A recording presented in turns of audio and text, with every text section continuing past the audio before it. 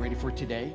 Because we are going to help you with what I believe is probably one of the most important things that we'll talk about in a real long time, okay? And we haven't talked about this in this church for a minute, okay? But we're going to talk to you today, and starting for the next few weeks, we're going to talk to you about relationships. We talked about relationships. Now, the reason why that is important, because I want to say something to you.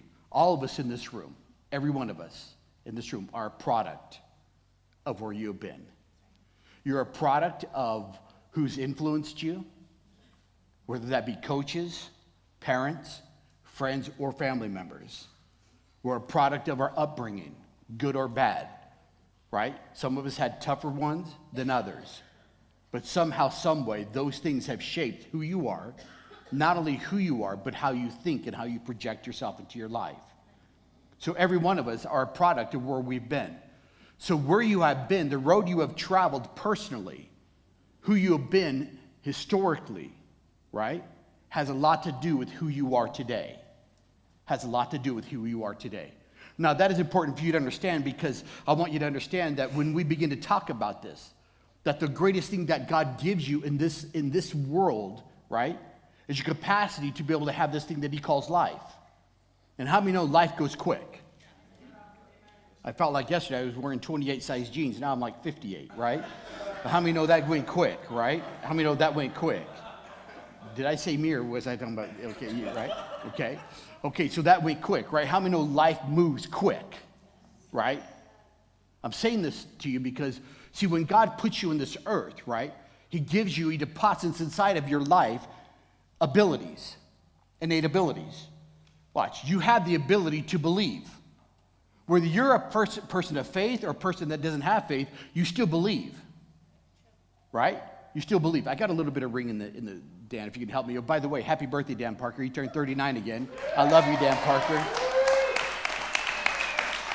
You may not know Dan Parker, but he retired from the Reno Police Department a few years ago. He was on SWAT, gang unit, all that kind of stuff. And, you know, he's one of my dearest friends of my entire life. I love you, Dan, and I honor you. Thank you for being one of my dearest friends. God bless you. But you were born with the ability, you're born with the ability to believe, right? Even if you don't believe in God, you still believe, right? Faith is something that God gives you. When a person doesn't have faith, right? Or when a person has fear, they're really believing, they really are operating in a faith, they're just using their faith for the wrong thing. Yeah. Faith is the ability to believe. So when you come into this world, you don't come empty. When you come into this world, God gives you things that are inside of your life.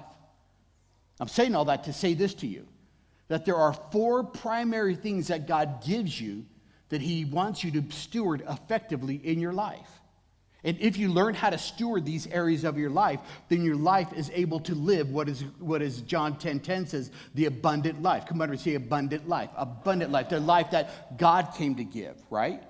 Here's the 4 primary areas that God teaches you or wants us to have stewardship or to govern in our life. Number 1, your time. Your time. Your time. What I do with my time, right? God gives you this time, and what you do with it pays you back, and it speaks to what you give your life to. Okay, number 2, he gives you your talent.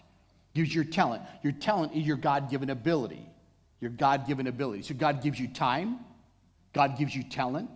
The next thing that God gives you is your treasure, right? Your finances. God doesn't give you wealth. He gives you the capacity to work for what he gives you. Good job, Pastor, right? Because some of you are down there buying those lotto tickets like, you know, and I hope you hit it, right? God bless you, but whatever the case may be. But God gives you the ability, the creativity, the initiative, the drive to move forward in your life. And the last thing that God gives you, the ability to govern, are your relationships. Your relationships. So those 4 things are the primary things that God gives you. So your relationships are they're just your connections, your associations, your involvement, your emotional attachment to other people, or the connection you have between people. That's your relationships. Now watch, relationships, the reason why we're going to talk to you about this, because they're incredibly difficult to manage.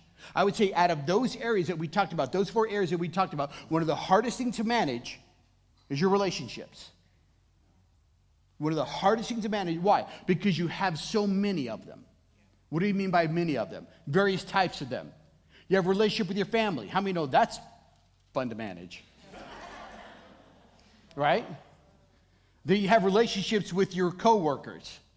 How many know that takes a lot of prayer, right? How many know you have relationships with your spouse? Jesus, take the wheel, right? You have your relationship, you have various relationships in your life. Friends, right? Some you like, some you tolerate. But you have a relationship with your friends. And one of the hardest things to steward in your life is what we call relationships. And the different levels of the relationships require different elements that give you the ability to manage them. Please listen. If you go, listen, I'm just going to do introduction today, but you have to get what I'm saying to you because can I say this to you? Faith-filled people and people who do not have faith, I have seen, I've been doing this a long time. I've been a pastor for almost 32 years. And one of the biggest struggles I've seen in people's lives, whether they have faith or don't have faith, is their capacity to understand relationships. So we're going to talk about it. We're going to talk about it. And we're going to talk to you how to manage it. Because this is what I want you to understand here today, ladies and gentlemen. Very important. David said things like this. Now, I'm going to say this to you because I think this is relevant to all of us. Okay? David made a statement like this. He said, the footsteps of a good man are ordered by God. That's David. Footsteps of a good man. That's Psalms 37, verse 23. The footsteps. Watch. The steps. Your footsteps. Now, when we teach this normally, when we talk about footsteps, normally what we're saying is we're thinking our capacity to move down a certain path. Put one step in front of the other. Our steps, watch, of a good man are ordered by God. Okay, are ordered by God. But I don't want you to just think about making steps like this, one foot in front of the other.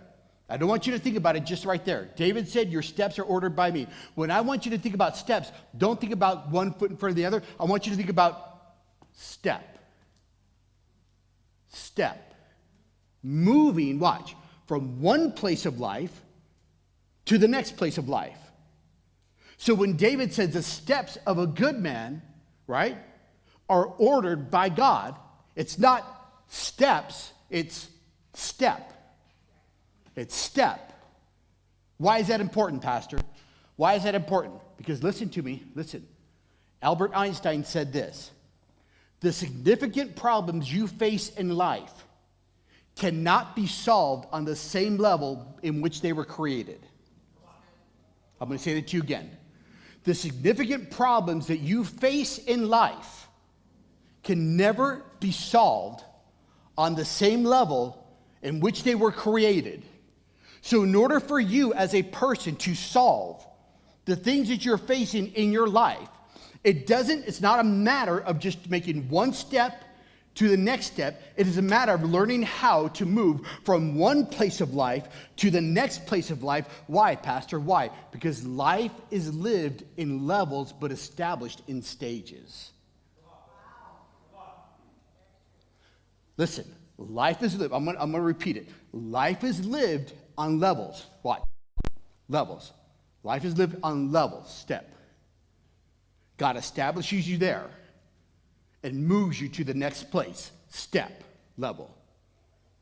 Life is lived in levels, but established in stages. Now, every level, every place, every step, watch, every step you take, every move you make. Sorry. I don't even know how that just happened right there. I'm sorry. Thank you. Every step you take, every move you make, I'll be watching you. Okay. Right. Okay. Life is lived. Y'all pray for your pastor? If you don't, you need to. Okay. This is what happens up here. Okay. Okay, watch. Every step I take, right? Boom. Life is lived on levels. Established in stages. Level, stage. Okay, you with me? You grow in 4 areas of your life, or many areas of your life. Number 1, when you begin to move to a new level of your life, you begin to grow in knowledge. I begin to understand some things about me and life that I didn't understand here. Remember, watch, everybody look at me. The significant problems you face in your life can never be solved on the same level in which they were created. So in order for you to solve the issues you're facing, remember, you got to grow. You got to go to the next place. And when I do that, I understand I grow in knowledge. Number 2, I grow in authority. What used to control me at this place, right, doesn't control me at that place. Are you with me? I used to get angry, right, and give people half of a peace sign driving down the road, but I've outgrown that. I'm up here now, right? I'm up here. So I grow in my knowledge. I grow in my authority. Watch. And I grow in my responsibility. I learn how to be responsible for something. And can I just go back to something real quick? Can I teach you a little bit today? Y'all let me be your pastor today? Okay, watch. Let me teach you a little bit here today. When I speak of authority, I don't mean just like your ability to, not have something bug you anymore. Okay? When I speak of authority, it's your ability, it really, authority means scope and speed. That's what authority is. It's how much can I have, how much can I do at one given time, and how quickly can I get it done? Scope and speed. How much can I get my arms around? Down here, I could only do little stuff. Now here, God's moving me to a different place. I'm moving to a different place. I increase in my responsibility. Lastly, watch, you ready for this? I increase in my relationships. I increase in my relationships. Why? Because here's what I want you to know. Every place that God wants to take you in your life, He always puts a key relationship in your life to help you get there. He always puts a key place a key relationship in your life to help you get there. Let me say it to you like this. Whenever God wants to bless you, He gives you a friend. Whenever the devil wants to hurt you, He gives you a friend. Whenever God wants to move your life forward, He puts a person in your life. When the devil wants to hinder you, He puts a person in your life. Are you hearing what I'm saying to you? And see, so we have such an inclination. We have such a natural inclination towards natural relationships. And let me explain to you what I mean by natural relationships. A natural relationship is a connection that is born out of natural circumstances. My kids go to your same school. You happen to be in my family, which is good. Our kids play on a soccer team. We see each other at Starbucks. We're part of the Moms Club. It's born out of natural circumstances. Those are great.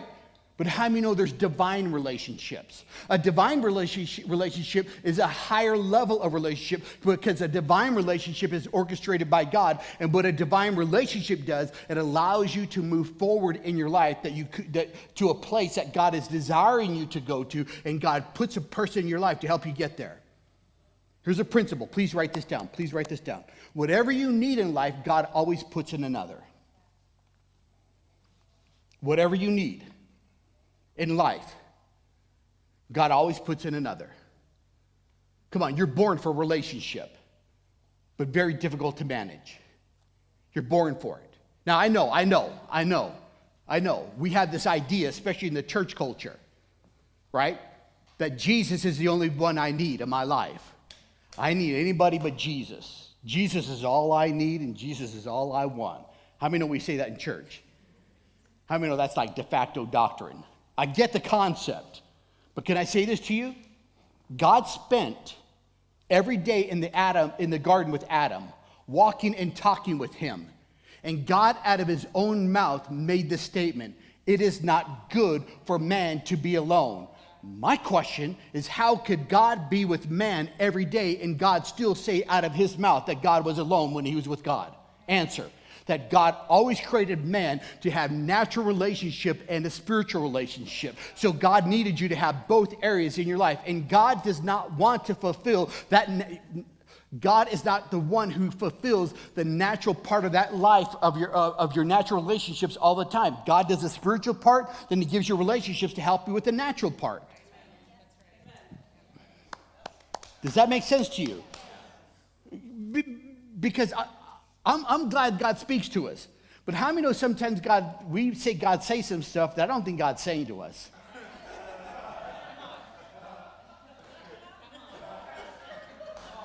You know what I mean? Because we're always like, God told me to wear that dress to church today. No. See, God wouldn't even buy that dress. So I don't think God told you to wear that dress. Okay?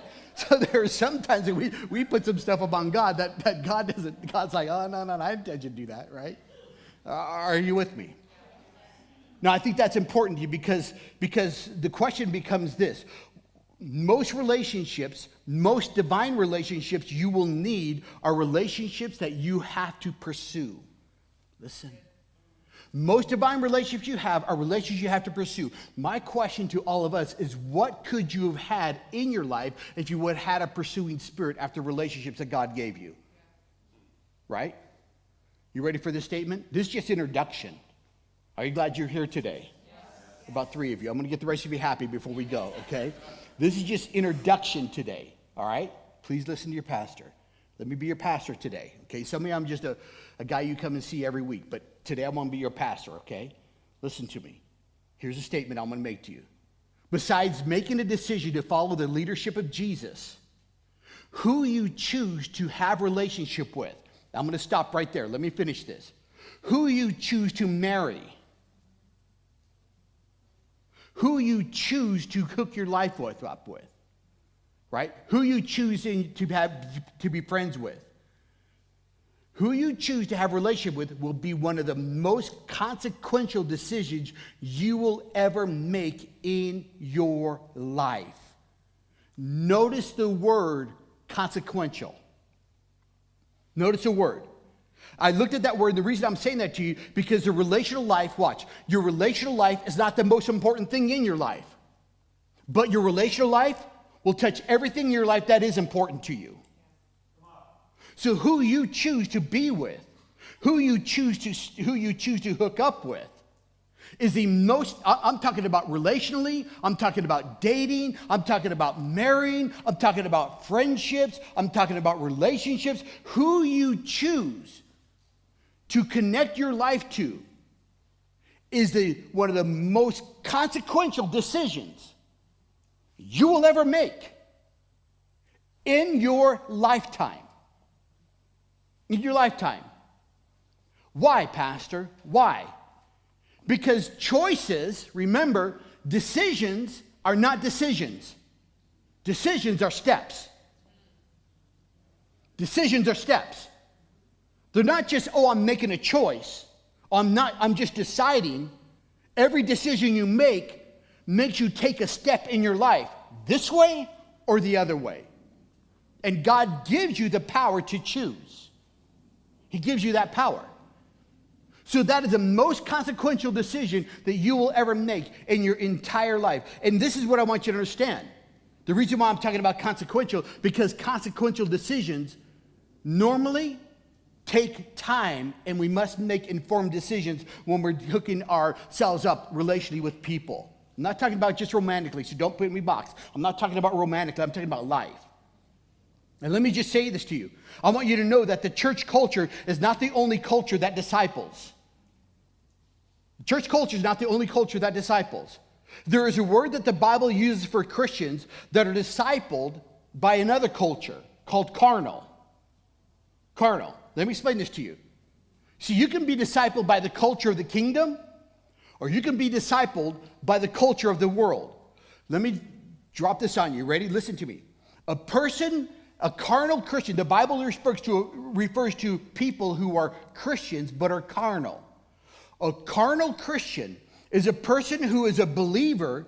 They've been converted in their heart, but their decision making is being governed by the trending things of the world, not God's intent. They're being influenced by the culture of the world, not by God. How many know that's interesting, isn't it? Right? Okay, the reason why that is important to you, because Paul makes a statement. Paul makes this interesting statement.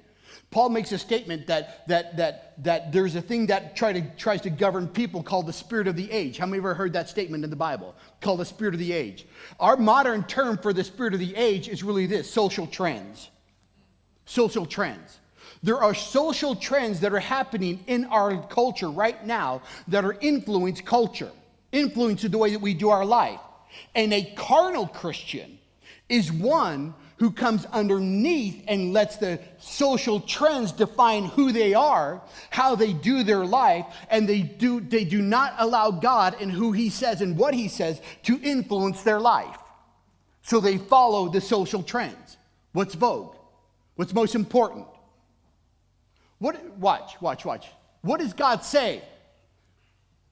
You ready?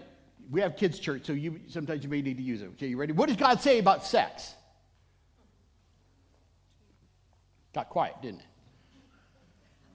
What does God say about sex inside of marriage?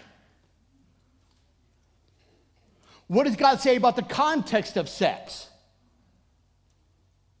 Whew.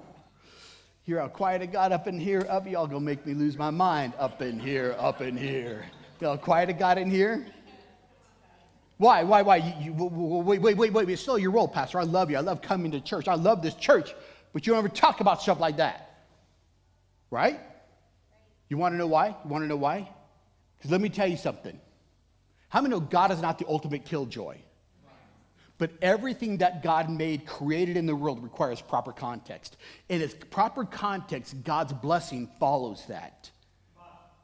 You take sex out of the context of the way God made it, and it doesn't turn into a blessing, it turns into weight.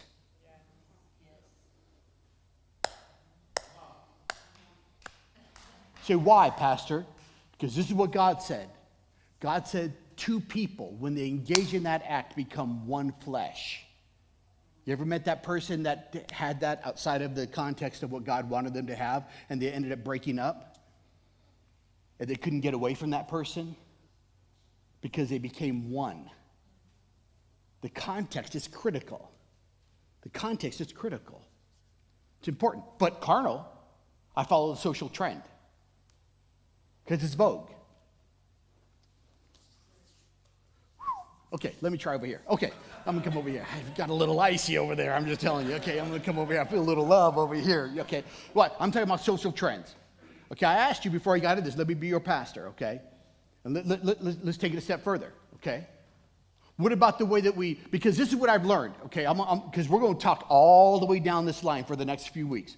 This is what I've learned. I have learned that most Christians do not have a proper framework on how they do relationships in their life. I'm not even talking about romantic. I'm talking about all of them. They don't have a framework. So you know what they do? This is what we do. When we don't have a framework on how we do relationships, this is what we do. We follow our heart. And most people will say, you have to follow your emotions. You have to watch. You ready for this? We say it all the time. You watch Dr. Phil, you watch Oprah, you watch Phil Donahue. Do you know who Phil Donahue is? That is not an app. Okay, if you're new, if you're like under like 30, you're gonna be like, is that a new app? How do you, right? How many know Phil? How many know I just aged some of you? I mean, me. I'm not some of you. Me. Right? Okay. So right. This is what we do. We take a little Dr. Phil. We take a little bit of Oprah. We take a little bit of Joe Rogan. We take a little bit of the Bible. Remember Shake and Bake when we were kids, and we put it in a bag and we shake it up and we put it in the oven, there's our faith. Right? Well, Dr. Phil said, right? Okay, there's our faith. Right? And we're like, boy, life is tough. What I'm saying to you is what God is asking us to do as people. All he's saying to you is, let me be the one to teach you how to do relationships. And let me teach you how to do them well. Because what I found out is that most people of faith do not have a structure on how they do relationships. Do you have a way? Watch. Here's just a question for you. Do you have a way that people enter your life? How do you know? What's the process? What's the process before you make a decision that you do business with them? Do you have a process? Do you have a process by which you determine whether or not somebody's going to be you're going to be romantically involved with somebody? What's your process?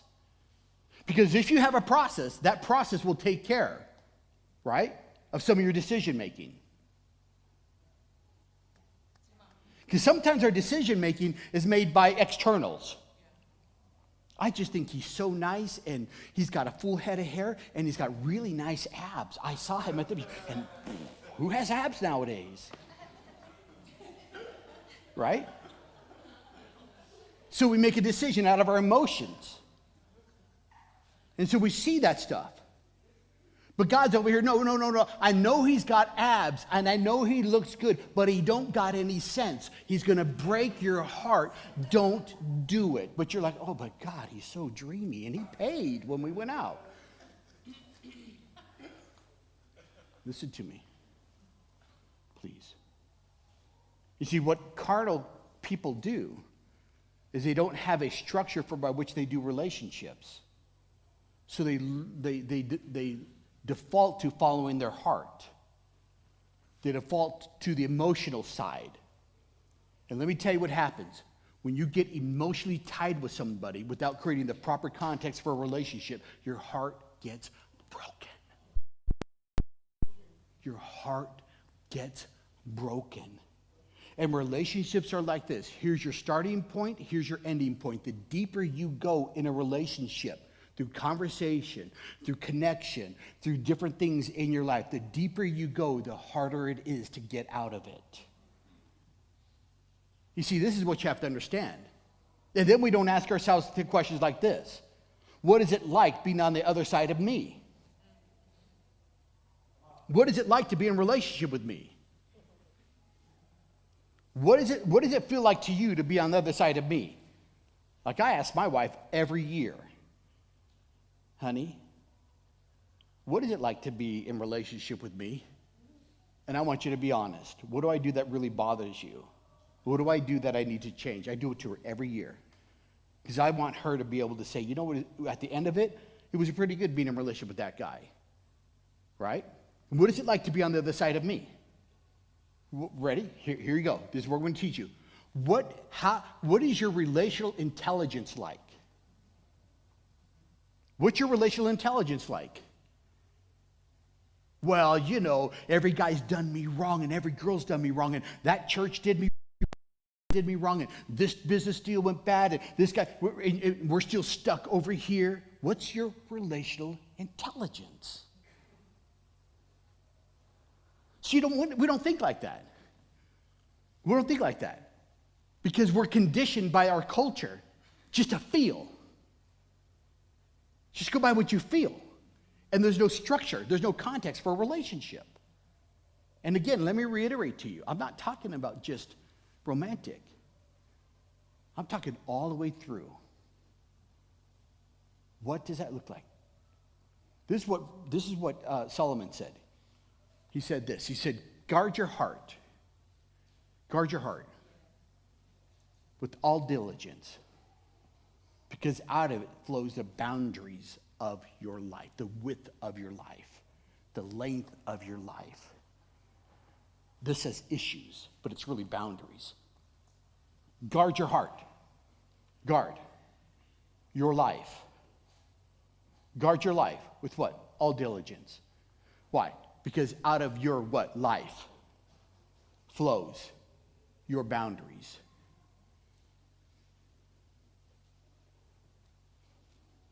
It's true. And part of the stewardship of your relationships, okay, part of the stewardship of your relationships is understanding what does a divine relationship look like for you? What is a distraction for you? You see, this is what Matthew 6:33 says. Matthew 6:33 says that seek first the kingdom of God and his righteousness, and all these things will be added to you. Seek what?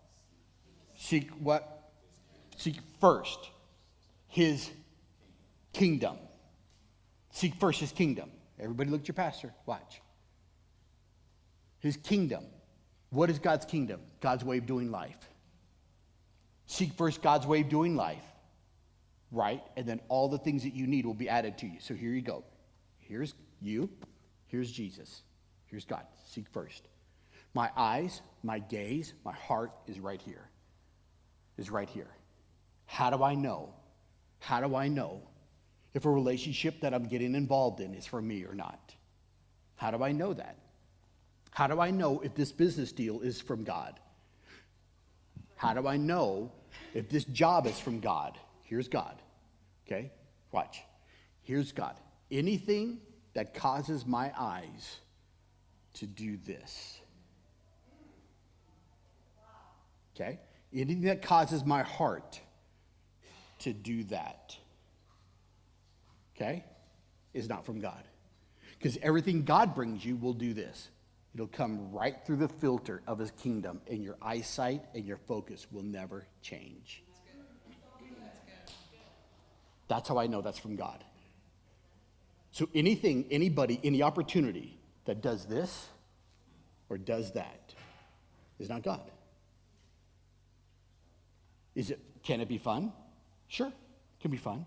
But anything that's right in your life will come right through the filter of this. And your eyes will never do that. And they will never require you to give up the essence of who you really are.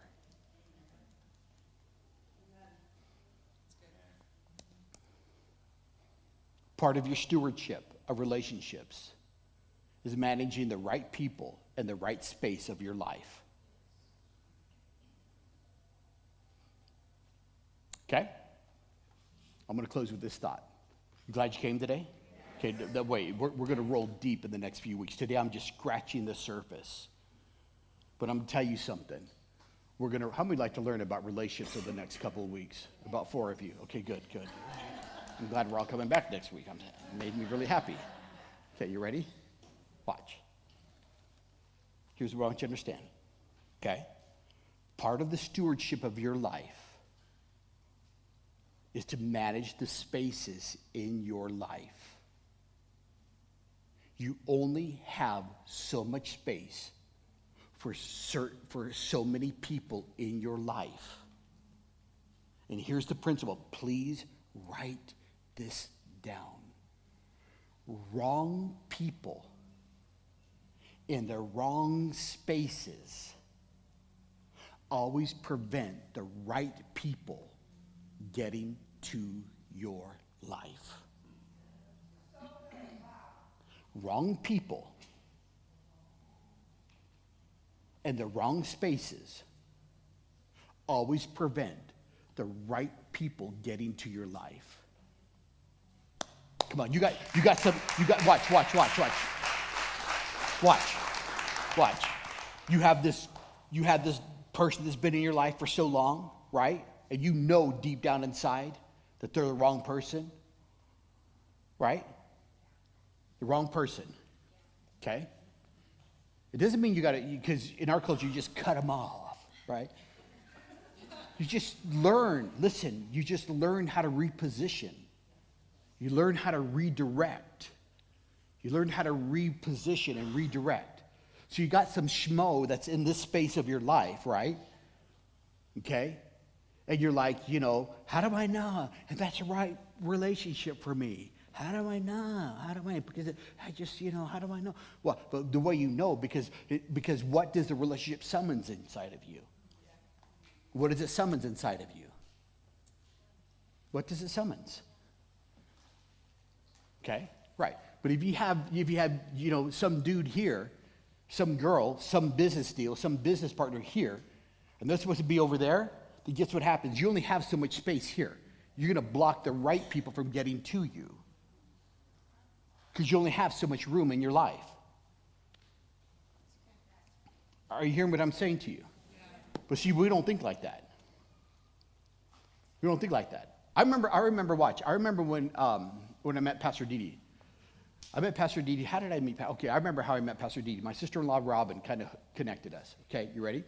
So I remember I met Pastor Didi, and I was working at Harris. Okay, she was working in a certain department. She needed a job. Okay, right? She needed a job. Okay, watch. Okay, so she came down because she was working in one department. She came down to transfer to the other department, and I was the supervisor of the other department, right? So she came down and she's like, my sister-in-law, Robin, said, hey, I know this guy, Chris, in this department, go see him and, talk to him, blah, blah, blah, blah. So she comes in and she says, oh, I'm here to talk to Chris. And I'm like, hey, I'm me, that's me, right? I said, that's me, right? And so, right, long story short. So she, at this time, I believe that Pastor Didi, she was engaged, or like, had the ring on. Like, all you single ladies, right? Right? Was she engaged at the time we met? She was engaged at the time we met, right? Okay, you ready? She was engaged at the time we met. Okay, watch. All right? And then I was not engaged, but I had this relationship that I'd been involved in for 5 years, occupying my whole life. Right? You ever had one of those? Okay. Woo, I'm just saying. I'm just telling you. Right? And this girl, great, nice person. So please forgive. I'm not trying to be unkind, but I'm just, And so this person right here, she was just occupied a lot of space, And on the outside, everybody's like, "Oh man, she's so good, she's gorgeous," right? But and she was saying, "We just, we've been dating for 5 years now. We just got to get married. We just got to get married. We just got to get married, right? We just got to get married." But there was something inside of me that was screaming, "No!" And I know, and I hadn't met Pastor Didi yet. No. Right. And I wasn't even a Christian. I wasn't even serving God. I was like Van Halen. I was running with the devil, right? I was like, "No, don't do it." Right? Okay? Then Pastor Didi over here, all you single ladies, she's got a ring on it, right? But she was taking it off, and she was debating, and I can't speak for her, but I'm assuming it didn't feel right for her, right? You with me? So I told Miss over here, life space taker, right? I told her, right? I'm like, look, you go do you, okay? I'm going to do me. You hear what I'm saying to you? Wrong person, wrong space. Pastor Didi told her beau, "Look, I'm just going to assume, I ain't doing the long distance thing, whatever the case may be," right? So she repositioned. I was looking to reposition, right? I was looking to reposition. Did I say that out loud? I was. Stop it. Okay, I was looking to, okay? And so I repositioned, she repositioned. We met at the right moment, right? We met at the right moment because I knew, without even knowing, that wrong people occupying the wrong space prevents the right people getting to you. Go, Pastor. Go, Pastor. You hear what I'm saying to you? So we're going to talk about it. We're not going to talk about just dating relationships. We're going to talk about what does it look like to have relational intelligence. What is it? We're going to talk about relationships with our mothers and our parents. What does that look like? Right? What does it look like to have a structure to date the right person? You ready for this? What does God have to say about sex? You know how many times I preached on sex in this church?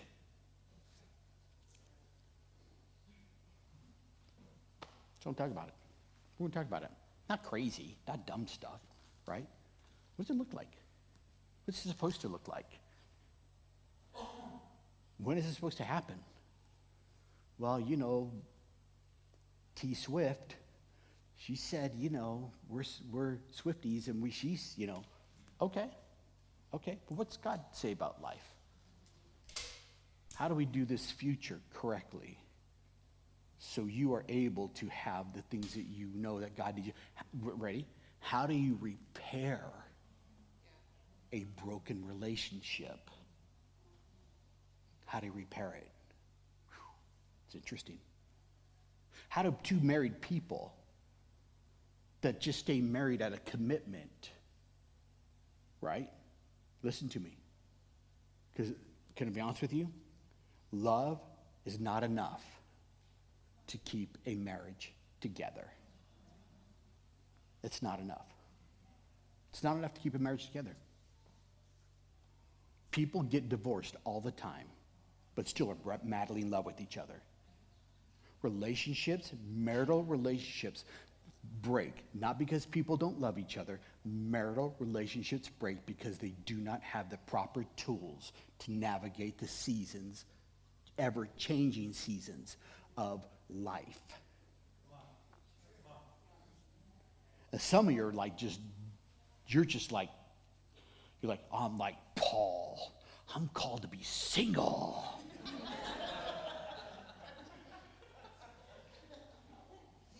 And deep down inside, you've been hurt, and you hate men, or you don't like women, or whatever. You're like, I'm just called to be single.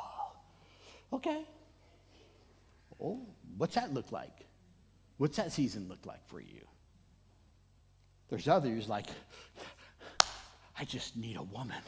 I said, I need a woman.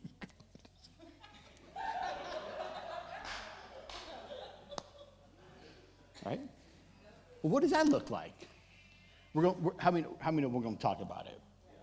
I said, how many know we're going to talk about it? Okay, come on, give God a hand clap of praise in this building. Awesome.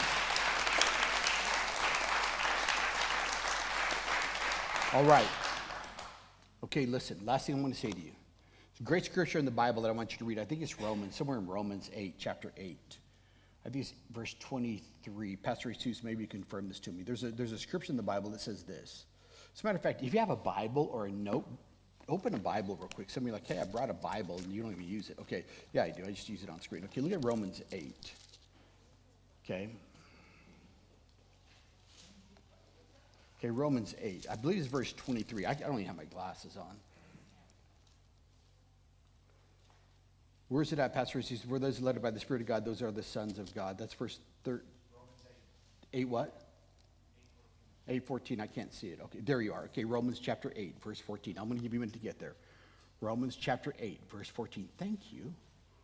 Okay, I'm not preaching this. I know I'm 8 minutes over because it's red. Okay, listen, this is what it says. And I'm going to leave you with this thought about how to do life and relationships. Romans chapter 8, verse 14. For as many as are led by the Spirit of God, those are the children of God.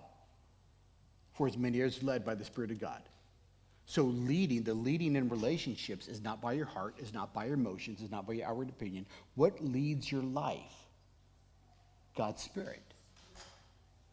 And what he says is those who are led by God's Spirit, he says those are the children of God, meaning the mature ones. And what it means by mature ones is I choose not to be led by my own desires. I choose to let God lead my desires. My heart, my life, the inclination, what the Bible refers to as your inclinations, the leaning of your soul. Okay? 1 John 3:9 says this. 1 John 3:9 says this. Okay? Whatever is born of God does not sin. Listen, whatever is born of God does not sin. But we sin all the time. Some of us more than others. Right? How many know we still have trouble? We do things, we say things, we do things out of character. But how does that happen? If the Bible says whatever is born of God does not sin. I'm born of God, but I still struggle? No, what he's saying to you is that the part of you, when you live out of God's Spirit, and when you live out of who he is inside of you, it leads you above the ability to sin. The part of you that's born of God. The part of you that is born of God.